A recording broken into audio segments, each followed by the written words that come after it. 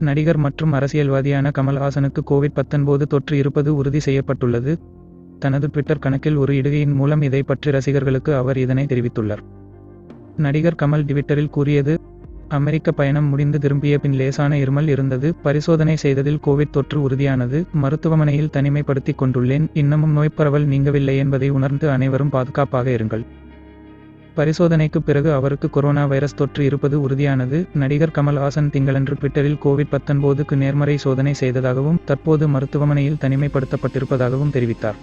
பரவல் இன்னும் முடிவுக்கு வராததால் மக்கள் பாதுகாப்பாக இருக்க வேண்டும் என்றும் அவர் கேட்டுக்கொண்டார். பிரபல விஜய் டெலிவிஷன் நிகழ்ச்சியான பிக் பாஸ் 5வது சீசனில் கமல்ஹாசன் தொகுப்பாளராக வலம் வருவது நாம் அனைவரும் அறிந்ததே.